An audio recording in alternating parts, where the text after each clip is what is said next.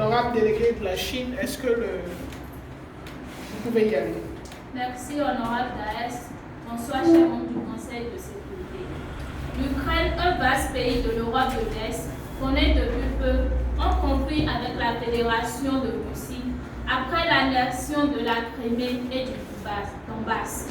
L'entrée en guerre résulte de longs mois de tensions entre les deux pays, car la Fédération de Russie n'acceptant pas un rapprochement de l'Ukraine avec les démocraties occidentales et encore moins son désir d'adhérer à l'OTAN. Un point inacceptable pour le président russe Vladimir Poutine qui y voit une menace pour ses frontières. Ainsi donc, la Fédération de Russie a lancé une invasion à grande échelle à l'Ukraine dans la nuit du 23 au 24 février 2022. Les Russes ont rapidement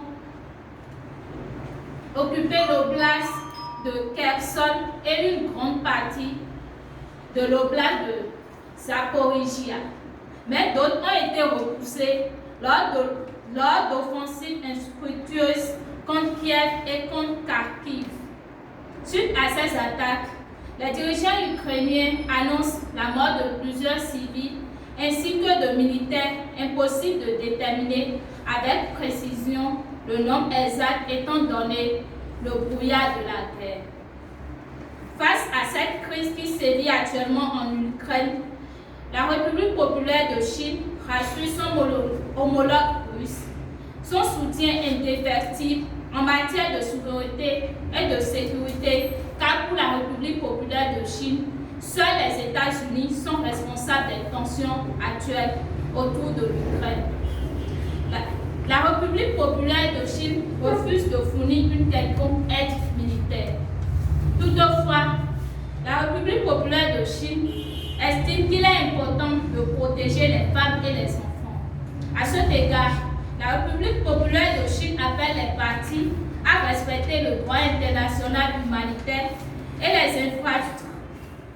infrastructures civiles et demande à ce que les femmes et les enfants soient prioritaires dans les évacuations et les soins médicaux, étant donné qu'ils étaient les victimes de l'incendie de Kramatorsk, et qu'une enquête indépendante s'ouvre pour en faire la lumière.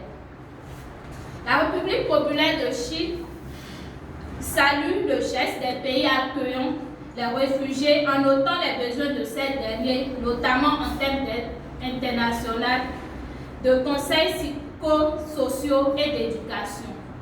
Car la République populaire de Chine est préoccupée de voir des femmes et des enfants exposés à des violences. La République populaire de Chine souhaite donc qu'il faille prendre des mesures pour empêcher ces abus et souhaite que le dialogue soit prôné ainsi que des négociations, les seules voies possibles pour créer les conditions d'un cessez-le-feu afin d'avoir un environnement propice aux négociations. La République populaire de Chine prévient que les sanctions et l'envoi d'armes ne ramèneront pas la paix et rappelle que c'est les populations du monde qui en paient le prix fort.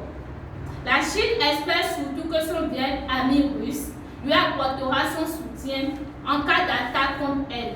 Merci, chers honorables délégués. Merci, honorable Daès. Merci, honorable délégué de la Chine.